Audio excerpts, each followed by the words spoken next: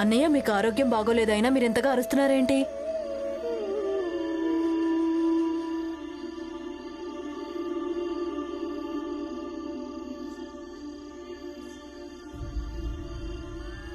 భీమ్, ఇదంతా ఏంటి?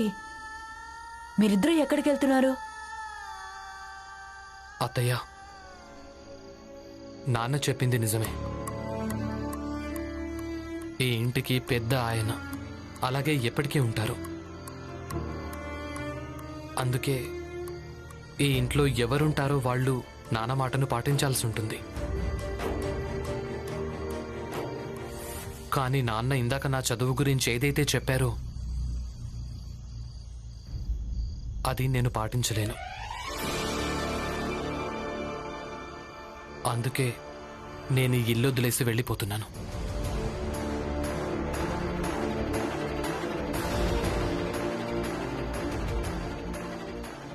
ఇల్లు వదిలేసి వెళ్ళిపోతున్నావా? ఎక్కడికి వెళ్తావు? ఎక్కడుంటావు? వెళ్ళనివ్వండి. 2 రోజులు బయట ఉన్నాడంటే ఎంత తొందరపడ్డాడో అప్పుడు అర్థమైపోతుంది. భీమ్, ఈ మొండి పట్టుదల వదిలే. నువ్వు అందరికంటే బుద్ధిమంతుడు కదా, వెళ్ళి ఆ సామానంతా లోపల పెట్టు. భీమ్, నువ్వెక్కడికి వెళ్ళడానికి వీల్లేదు. భీమ్, నువ్వెందుకు అర్థం చేసుకోవడం లేదు? ఇల్లు వదిలి వెళ్ళాలనుకున్న నీ నిర్ణయం తప్పు. కానీ నాకు ఈ నిర్ణయం సరైందనిపిస్తోందక్క. నీకు నీ నిర్ణయం ఒప్పనిపిస్తుంది కదా, అయితే వెళ్ళు. నేను నిన్ను ఆపను, అసలు నిన్ను ఆపను. కానీ ఈ ఇంట్లో ఉండాలనుకుంటే నువ్వు చదువుకుని తీరాల్సిందే. ఏది ఏమైనా చదువుకుని తీరాలి.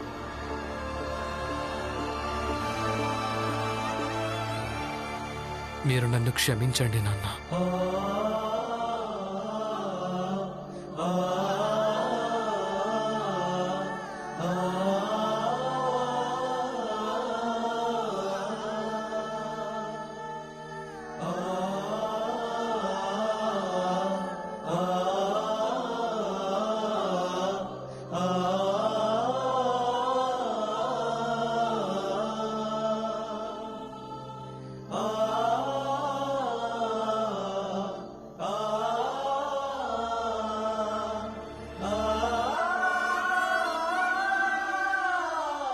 భీమ్, నువ్వు చాలా తప్పు చేస్తున్నావు. లేదు, భీమరావు చేస్తున్నది ఒప్పే. చదువుకొని ఏం చేస్తాడు? ఆలస్యంగానైనా సరే, కానీ ఇప్పటికైనా అర్థమైంది 4 రాళ్ళు సంపాదించడం చాలా ముఖ్యము అని. అవును, ఇలా నాన్న అన్నల సంపాదనతో ఎంతకాలమని బతకగలడు? తను ఏదో ఒక రోజు ఇలా చేసి తీరాల్సిందే. నన్ను అడిగితే ఇలా ఇప్పుడే చేయడం చాలా మంచిదైంది.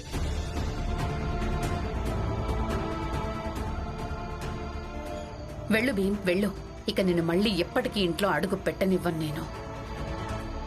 దలియా అమ్మా, మీరు కొన్ని రోజుల పాటు నన్ను ఇంకా రమను మీ ఇంట్లో ఉండనిస్తారా? చూడు బాబు, నువ్వు నా ఇంట్లో ఉండటానికి ఎలాంటి సమస్య లేదు.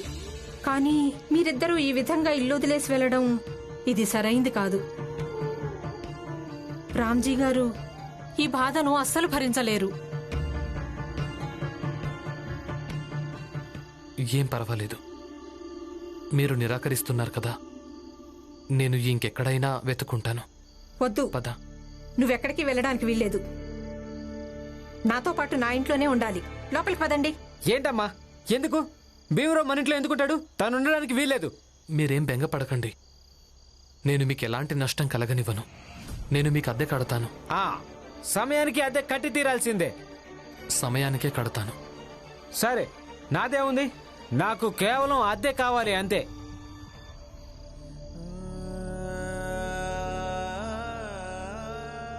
లోపలికి పదండి.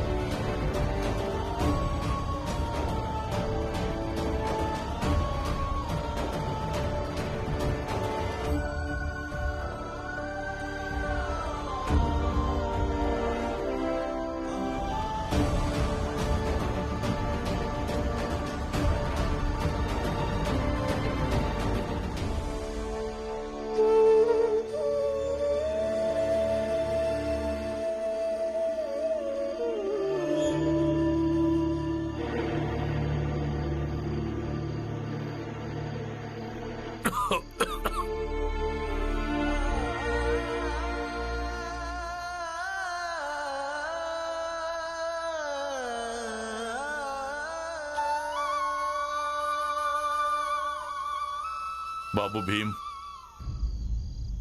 నాకు తెలుసు నువ్వు నన్ను వదిలేసి ఎప్పటికీ వెళ్ళలేవు.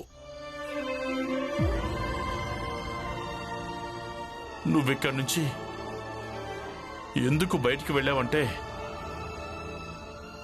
నువ్వు పని చేయడం కోసం. కానీ నేను నీ చదువుని వదిలిపెట్టనివ్వను బాబు, ఎప్పటికీ. రా తల్లి, సామాన్ అక్కడ పెట్టు.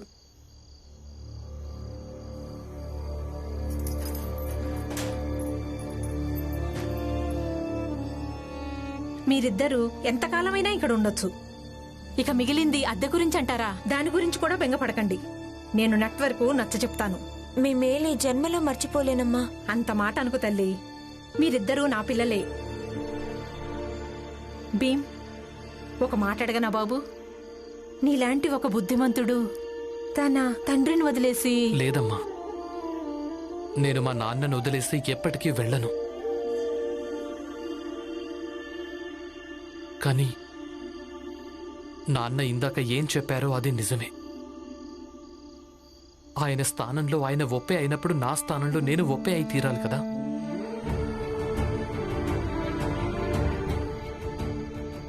నాన్న ఎప్పటికీ నన్ను ఉద్యోగం చెయ్యనివ్వరు. కానీ ఇప్పుడు ఇంట్లో ఏం జరుగుతోందో, ఎలాంటి పరిస్థితి ఉందో అది చూసే నేను ఉద్యోగం చెయ్యాలనే నిర్ణయం తీసుకున్నాను. ఇక నేను ఉద్యోగం చేస్తానమ్మా, ఏదేమైనా సరే చేస్తాను. ఈరోజు నేను ఒక చెడ్డ కొడుకుగా మారిపోవచ్చు, కానీ ఒక తమ్ముడి బాధ్యతను నేను ఎప్పటికీ మర్చిపోలేను.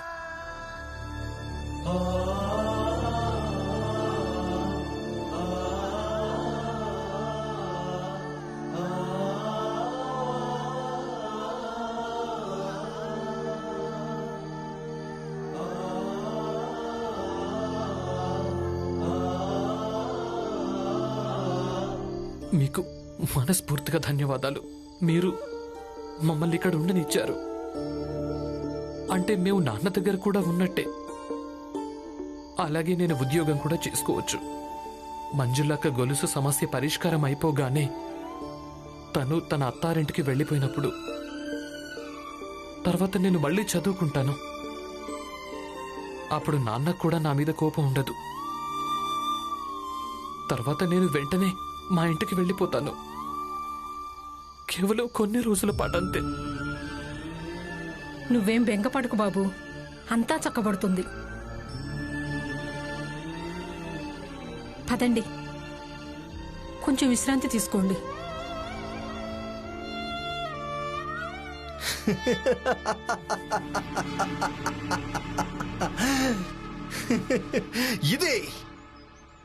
ఇది నా జీవితంలోనే అన్నింటికంటే పెద్ద శుభవార్త హితేష్. ఆ భీమ్రావ్ తనకు తాను ఇల్లు వదిలేశాడా? అలాగే వాడే స్వయంగా ఇక చదువుకోనని చెప్పేశాడా? అయినా నేను వాడిని చదువుకోనివ్వను కూడా. ఇక మిగిలింది వాడిప్పుడు పని చేయడం. అక్కడ కూడా నేను వాడి జీవితాన్ని నరకంగా మార్చేస్తాను. వాడు బ్యారిస్టర్ కావాలనుకున్నాడు కదా, కూలివాడిగా మార్చేసి వదిలేస్తాను. బాబుగారు, ఒకవేళ మీరు అలా చేశారంటే కనుక అప్పుడు నిజంగా చాలా బాగుంటుంది. తర్వాత వాడు మా మధ్యలోనే ఉంటూ తనొక గొప్పవాడన్నట్టుగా చెప్పుకోవడం కూడా మానేస్తాడు. తర్వాత వాడి మీద ప్రతి ఒక్కదానికి ప్రతీకారం తెచ్చుకుంటాను బాబుగారు. తప్పకుండా తీర్చుకో.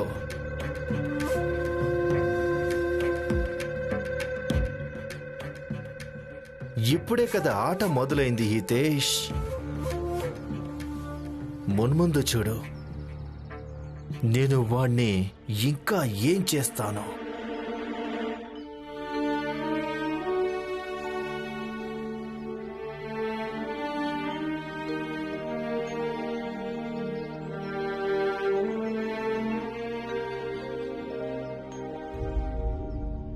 ఎంత ప్రశాంతంగా ఉందో కదా. భీం లేకుండా మనం పొద్దున్నే చాయ్ తాగుతుంటే ఇల్లు ఇంకా జీవితం రెండూ ప్రశాంతంగా అనిపిస్తున్నాయి. అయ్యో మంజుల, నీ చాయ్ చల్లారిపోతుందమ్మా, రా. నేను భీమ్కి పాలు, రమాకి చాయ్ ఇచ్చేసొస్తాను. వదినా, ఇలా భీమరావు దగ్గరికి వెళ్తే ఇక వాళ్ళకి ఎలా అనిపిస్తుంది? వాళ్ళు ఇల్లు వదిలేశారని. నా అభిప్రాయం అయితే వాళ్ళకిది తెలిసి రావడం చాలా ముఖ్యం. జీవితం అంతా మామయ్య ఇంకా ఆయన తన కోసం ఎన్నెన్నో చేశారు, కానీ అవన్నీ మర్చిపోయి వాళ్ళు వెళ్ళిపోయారు. నువ్వన్నది నిజమే లక్ష్మి. ఎంతకాలమని మనమే తన గురించి బెంగపడుతుంటాం? తను కూడా మన గురించి ఆలోచించాలి కదా. కానీ నేనైతే వెళ్తాను. ఎవరికి తప్పుగా అనిపించినా సరే, ఒప్పు అనిపించినా సరే. చిన్నప్పటి నుంచి నాకు వాడి మీద బెంగుంది. ఇప్పుడెలా వదిలేస్తాను?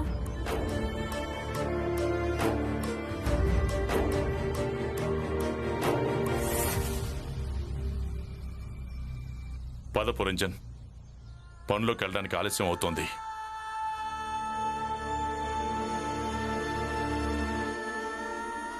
కనీసం మీరు చాయ్ అయినా తాగెళ్ళండి. బయట కూడా చాలా చోట్ల ఛాయ్ దొరుకుతుంది. పద.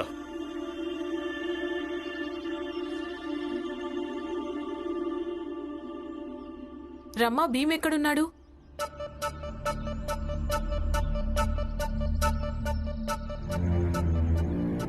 ఆయన పొద్దు పొద్దునే వెళ్ళిపోయారు. పని వెతుక్కొని చేసుకుని వస్తానని చెప్పారు.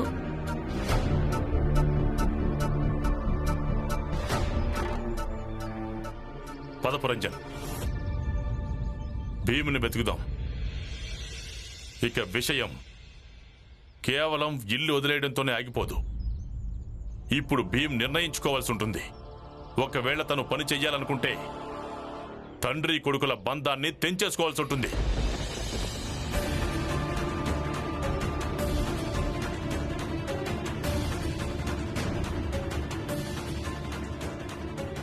అన్నయ్య, మీరంత మాట అనకండి. భీమ్ నిర్ణయాన్ని కోపంలో తీసుకున్నాడు. మనం వాడికి నచ్చజెప్తే అర్థం చేసుకుంటాడు. అవునా, మీరు కోపానికి రాకండి. భీమ్ ఇదంతా తెలియనితనంతో చేశాడు. మీరు ఈ విషయాన్ని మర్చిపోండి నాన్న. నాన్న, భీమ్ వచ్చిన తర్వాత నేను వాడికి నచ్చ చెప్తాను. చిన్నవాడు ఏం చేస్తున్నాడో అర్థం చేసుకోలేకపోయాడు. బాగుంది, బాగుంది. మిగతా విషయాల్లో భీమ్ చాలా తెలివైనవాడు, కానీ ఇప్పుడు అమాయకుడు, తెలియనివాడా? అసలు భీమ్ ఏదైతే చేస్తున్నాడో అది ఆలోచించి మరీ చేస్తున్నాడు. అలాగే ఒప్పే చేస్తున్నాడు. హితేష్, నువ్వు అగ్నికి ఆజ్యం పోసే పని చెయ్యొద్దు. రామ్జీ గారు తను మిమ్మల్ని రెచ్చగొట్టే పనిలో ఉన్నాడు. తనన్నది నిజమే కదా. భీమ్కు నేర్పిస్తూ ముసలివాడిని అయిపోయాను. ఏది ఒప్పో, ఏది తప్పో, ఏది ఉచితమో ఇక వాడికి ప్రేమతో నచ్చజెప్పాల్సిన అవసరం ఏమీ లేదు. ఇప్పుడు నేను వాడితో మాట్లాడతాను, అది చివరిసారిగా. పద పురంజన్. అయ్యో నాన్న, మీకు ఆరోగ్యం బాలేదు. ఇలాంటప్పుడు ఎక్కడికి వెళ్తున్నారు? భీమ్ నా జ్వరాన్ని దింపేశాడు బాబు.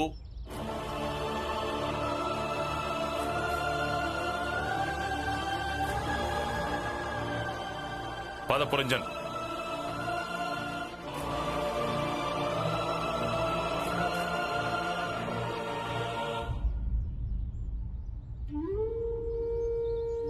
సామాన్ సర్దుకుని మన ఇంటికి పద.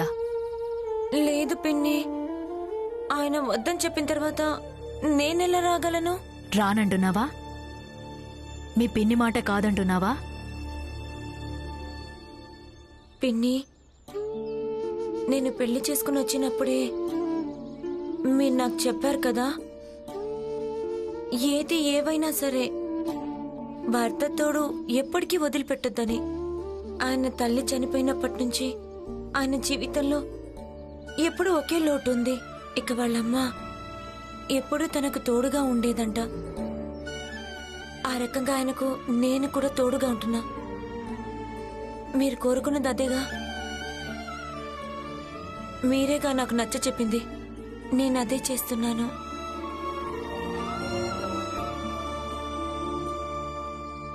వదినా, మీరెందుకు ఆందోళన పడుతున్నారు? చేసుకున్న వాళ్లకు చేసుకున్నంత. ఎన్నోసార్లు తనకు చెప్పాను, భీమ్కి ఏదైనా పని చూసుకోమని నచ్చ చెప్పమ్మా అని. కానీ ఈమె విన్నదా?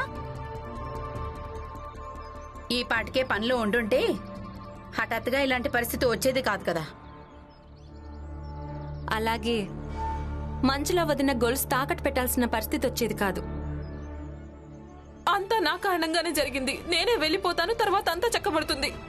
మంజుల, నీ కారణంగా ఏవీ జరగలేదు. ఇలా జరగాలని రాసుంది, అందుకే జరిగింది. కానీ నువ్వు ఇప్పుడు ఇలా వెళ్ళిపోవడం వల్ల భీమ్ తన పట్టుదల వదిలేస్తాడా లేక తన పంతాన్ని వదులుకుంటాడా? ఇక సమస్య కేవలం ఒకటే. భీమ్ పట్టుదల ముందు ఈ రోజు మొదటిసారి నాన్న ఉన్నాడు.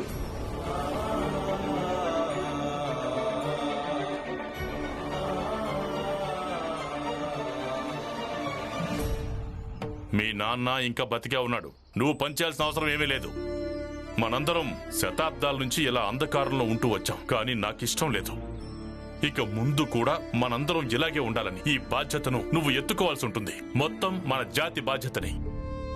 మిగతా విషయాల్లో నేను నీతో వాదించగలను, కానీ చదువు విషయంలో మాత్రం అస్సలు వినను. రేపటి నుంచి నువ్వు సమయానికి కాలేజీకి వెళ్ళాలి, అలాగే సమయానికి కాలేజీ నుంచి తిరిగి రావాలి. ఈ ఇంటి పెద్దను నేను. ఈ ఇంట్లో నేనేది కోరుకుంటానో అదే జరగాలి. ఈ ఇంట్లో ఎవరెవరుంటారో వాళ్ళు నాన్న మాట పాటించాల్సి ఉంటుంది. కానీ నాన్న ఏదైతే నా చదువు గురించి చెప్పారో ఇందాక, అది నేను పాటించలేను. అందుకే నేను ఇల్లు వదిలేసి వెళ్ళిపోతున్నాను.